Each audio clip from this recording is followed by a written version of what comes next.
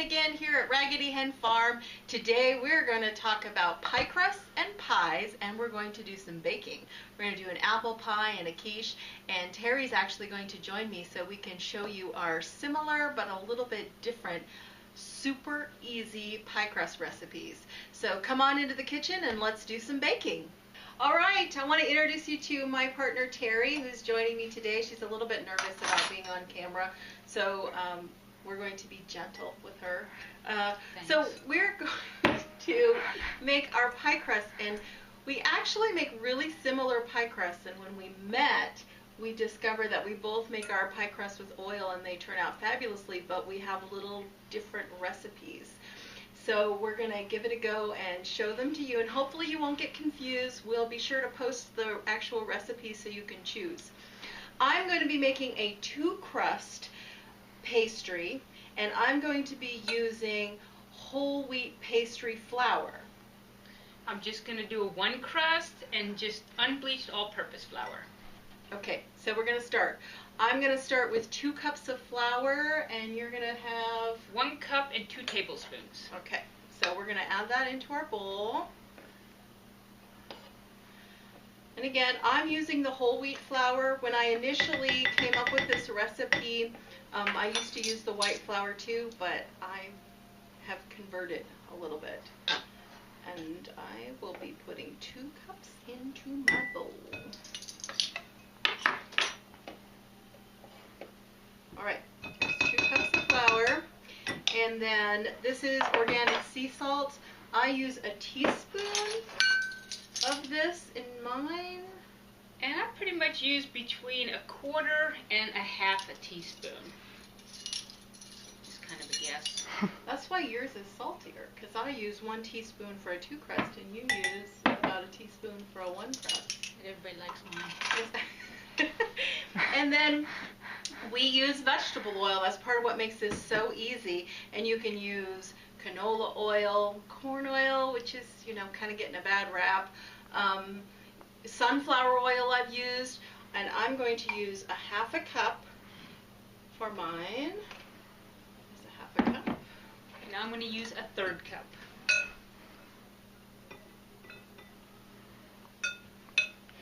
And then I'm going to move the flours out of the way so you can see what we do.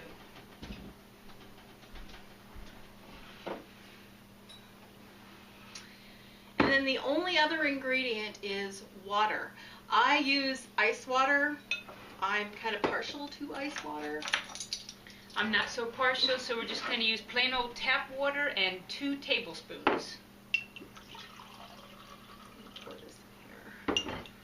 And this is water that's just been in the refrigerator, but if you didn't have any in your refrigerator, you could just put some ice cubes in a cup of water. Can I see the? Thank you. Thank you very much.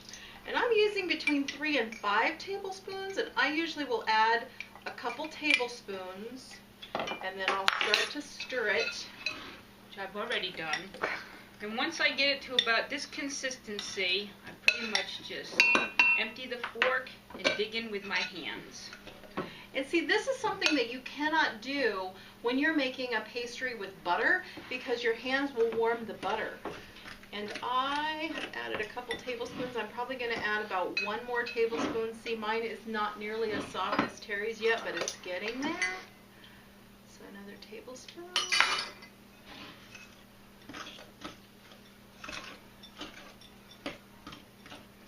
And how would you describe how people want this to feel? Because if they've made a pastry with butter, it might be more crumbly than this, but this is pretty wet, wouldn't you say? Well, actually, this one right here, it's not a perfect recipe, so to speak. There are times when I can just scoop it up real quick, and it has a little bit more of a, I would say, like a oily feel to it, and sometimes it's a little drier. This one's actually a little drier, and that just depends on temperature of this room temperature, water temperature. I don't know, kind of fluctuates, but either way, you should be able to just kind of roll it into a nice ball. That's what mine looks like. I don't know if if you can see the, well, mine's a little darker because I'm using whole wheat flour. Okay, we're going to move our stuff out of the way, and we even kind of roll them out different, so hang on just a sec. Okay, I'm using my pastry cloth, which I showed off a little bit in our biscuit making video, and what I'm going to do is I'm going to put a little bit of flour on it. Teri likes to use wax paper. And tell the good people why you like to use wax paper. It's what I've always used. It is actually. That was how I was taught. Just wax paper. Take a little bit of water and just kind of wet the surface, and then take one sheet and lay it down. And I have actually used the wax paper too. It keeps it from sticking. I don't know if you've ever bought pastry from the freezer section of the grocery store. It'll come in like wax paper sheets, and this is a great, it just doesn't stick when you do this. I, however, I've divided mine because I'm making two, and I've floured my pastry cloth, a little bit of flour on this. I'm putting my pastry sock, which you can also buy at in the baking section. And it's going to get a little flour, and I'm going to roll and you're going to roll. I have neither floured anything, just wax paper. One of the things I love about the pastry cloth is that it shows me, and I'm going to show you, it shows kind of how big it needs to be to fit in a pie crust. So one is 8 inches and one is 9 inches, so I don't really have to estimate. I can just use this to kind of tell me how big to make it. Ooh, look, it crumbled. Uh-oh. Oh no, I bet you yours isn't going to do that on the wax paper. Well, it won't crumble, but every once in a while the wax paper will move a little bit, so you'll just have to kind of play with it some.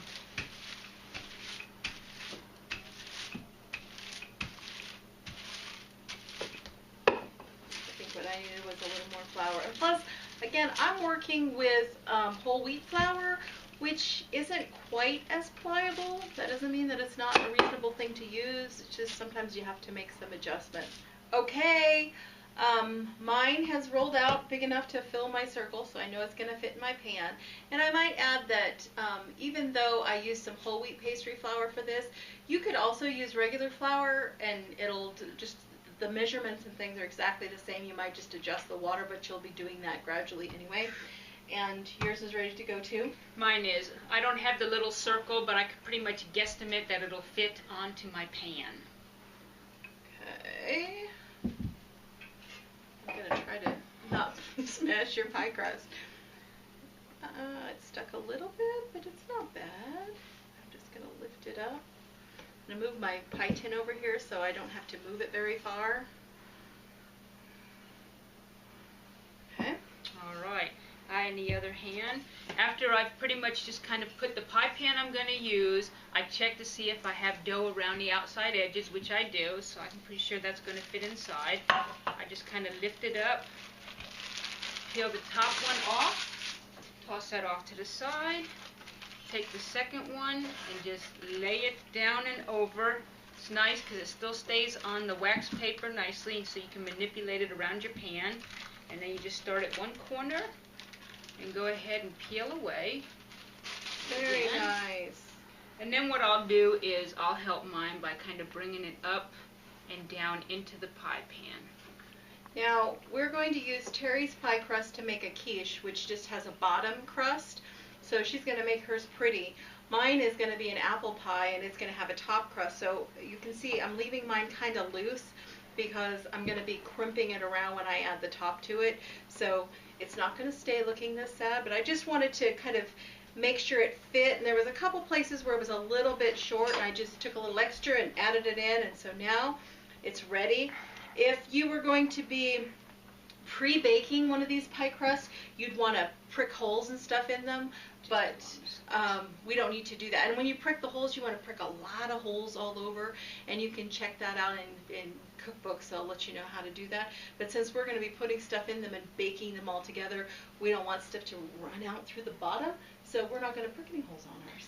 No, but because mine is a one crust pie, as you can see, I've got pie dough kind of hanging around the edges. So you can take the fork that you use to mix up the pie crust with and just kind of go around and cut off the excess, like so. Doesn't have to be perfect because we are going to kind of crimp it or just make a nice little edge around it. We happen to have some people in this family who love raw pie dough, so they're going to get very excited.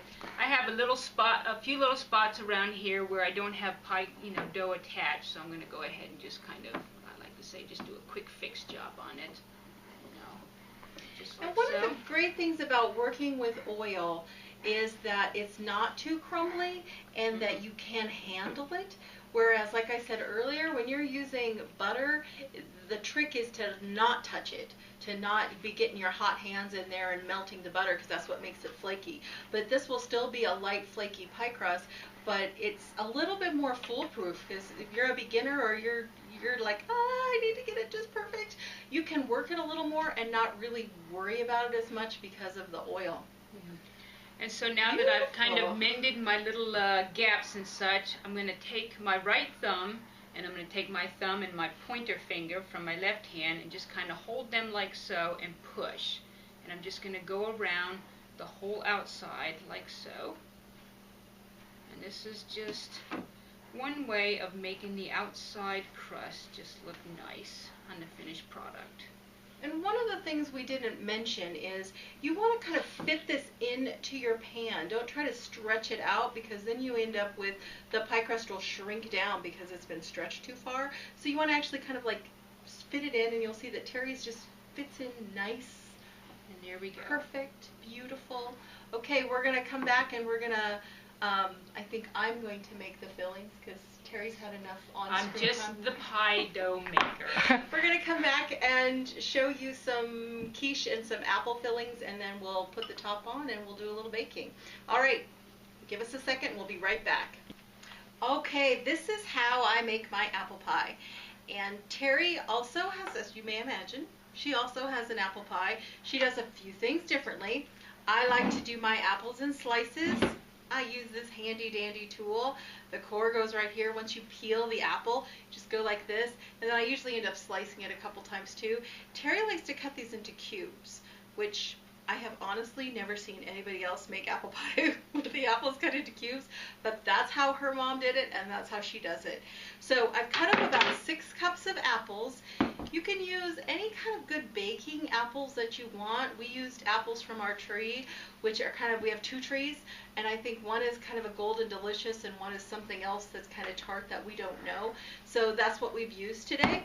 All right, and I like to use brown sugar. Teri likes to use white sugar, but I've got, depending on how tart your apples are, for 6 cups of apples, I'm using a cup of brown sugar because I know they're kind of tart, but you could use 3/4 to a cup of sugar. And I forgot to mention that when I was cutting up these apples, I squeeze a little bit of lemon juice on them. It's what keeps them from getting too brown. And I think it also helps the apples to kind of juice. That's what I've been told, is that it acts to kind of extract the juices out of there. Okay, so I've added about a cup of sugar. I add about 1/4 cup of flour, and that helps it to thicken up. You could also use some cornstarch, but I like to use flour for that. And then a little bit of salt, about a teaspoon, but I generally pinch, which is like 2 pinches maybe. When Teri makes her apple pie, she just adds cinnamon, but I like to do a little trifecta. And I use cinnamon, a teaspoon of cinnamon, a teaspoon of ground ginger, and I use organic ground for both of these, so they go in there. And then I like to use fresh grated nutmeg, and this is what nutmeg looks like. It's this wonderful little nut. And I know you've probably heard this before, but fresh actually does make all the difference. Fresh nutmeg is 12,000 times better than the kind you get ground up in a little bit of a spice jar. So I use about 1/2 teaspoon of this. It's kind of hard to tell how much 1/2 teaspoon is. I just sort of grate it until I think it's decently covered. Oh, it smells so amazingly good. Okay, And then it just gets tossed together. Just nicely tossed. Throw him back in there. It doesn't have to be absolutely perfectly dusted and smooth. Everything kind of cooks down and smooshes all together in a yummy apple goodness. But you do want to kind of make sure all the little apple slices are coated with sugar and spices. There it is, looking good. If you could only smell it, it's pretty amazing. Now I'm taking my base, my bottom pie crust.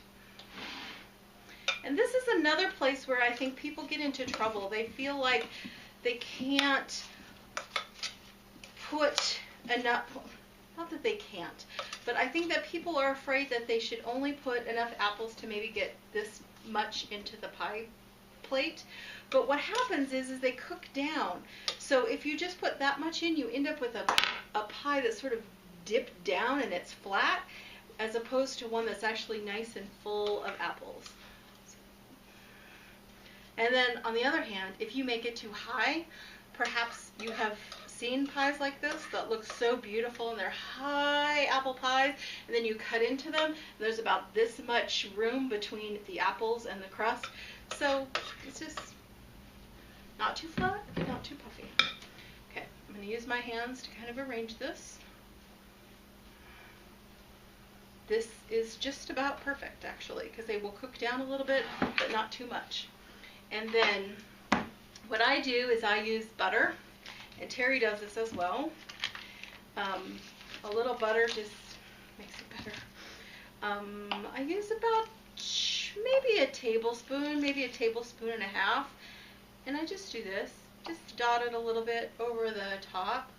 And it kind of runs down in and mixes with the flour and the spices and makes it super, super yummy. Okay. Now I'm going to get my top crust and we're going to put it all together. All right, here's my top crust that I rolled out, just like the bottom crust. Fits over so nicely. And then I'm just going to kind of seal it and roll it.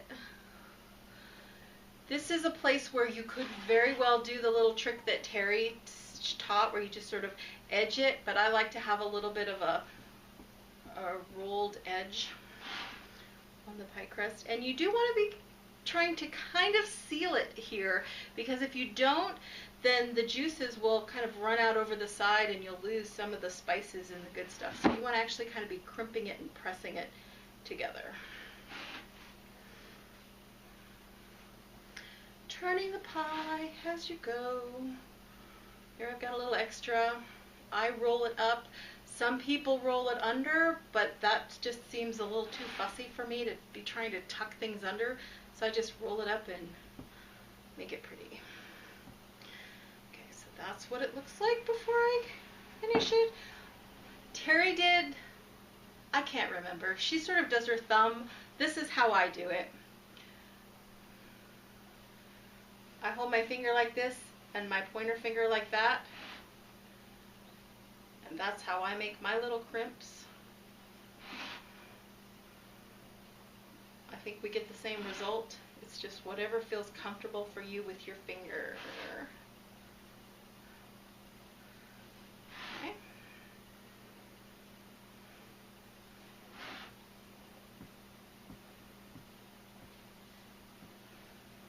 Now, at this point, you can use a fork. I'm just going to use a knife because I have a knife here. You want some vents so that the steam can escape and it doesn't bubble up. And that is what the apple pie looks like. Now we're going to put together the quiche. Since getting backyard chickens, we definitely eat a lot more quiche. We eat a lot more eggs, period, but I don't feel the slightest bit bad about them because they're delicious. They're grown in our backyard and I know that they're good for us. This is a basic 3 to 4 egg quiche depending on the size of your eggs, and I'm going to make just a cheese quiche today. You could make this with vegetables or with meat, and I'll kind of tell you how as we go through. So we're going to use the crust that Teri made, and I'm going to use Since some of our eggs are a little bit smaller because of the types of chickens that we have, I'm going to use 4 eggs. Crack them into my bowl. I know that there's probably somebody out there saying you should crack those into a different bowl first. You're going to get shells, but that didn't happen. I didn't do that. Since our eggs are unfertilized, I don't ever worry about seeing little blood spots or anything in our eggs because it just doesn't ever happen. Okay, so I've got 4 eggs here. I'm going to add a cup of milk. I'm using whole goat's milk, but you could use soy milk, you could use cow's milk, you could use half and half, you could even use buttermilk. We have on our blog a recipe for a buttermilk quiche that we sometimes make. I'm going to use a little bit of salt, a little bit of pepper that I like to fresh grind in there, and then I use the Raggedy Hen Farm seasoning mix, and what this has in it is some organic herbs and spices that are pretty good. It's got rosemary and sage and basil and garlic, and I'm going to use a nice heaping teaspoon of it. I can already smell the garlic, which is amazing.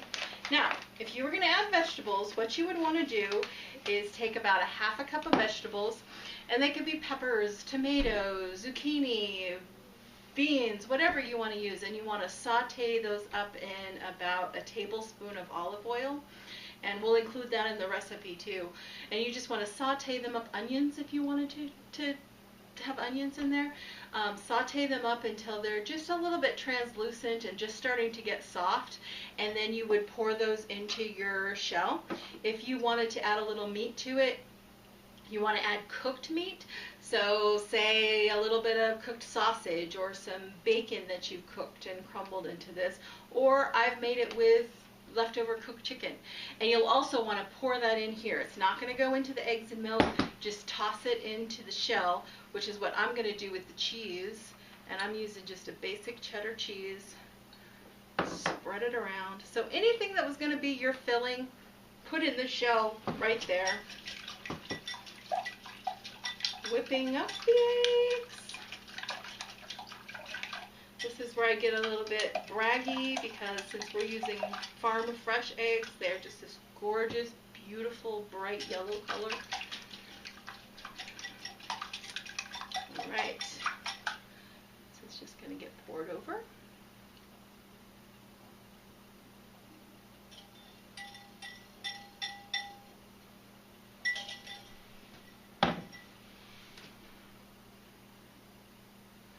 And this is going to go in the oven, and when it comes out, it will be amazing. So we're going to put both of these in the oven at the same time. The quiche is going to come out a little bit early, and then the apple pie will continue to cook. So it's a great way to have your main meal and your dessert cooking at the same time. The oven has been preheated to 350 degrees, and these can both bake at that temperature. Alrighty, we're going to put both of these in the oven. The quiche is probably going to take about 15 or 20 minutes. It does not take very long. And the apple pie, probably more like 35, 40 minutes, maybe even a little longer depending on how dense it is. But we can put them both in here, and you'll notice I put them on cookie sheets. That's how we take care of spills. Especially the apple pie will tend to overflow, but it makes it easy to get them in and out of the oven, and it catches any kind of overflow that you might get. So here they are, side by side. We'll give them a little time, maybe sit down, have a glass of wine, and we'll be back for supper and dessert. We've made our pies today, and Teri and I are going to give the quiche a taste just to make sure that it turned out okay. We know the pie crust did.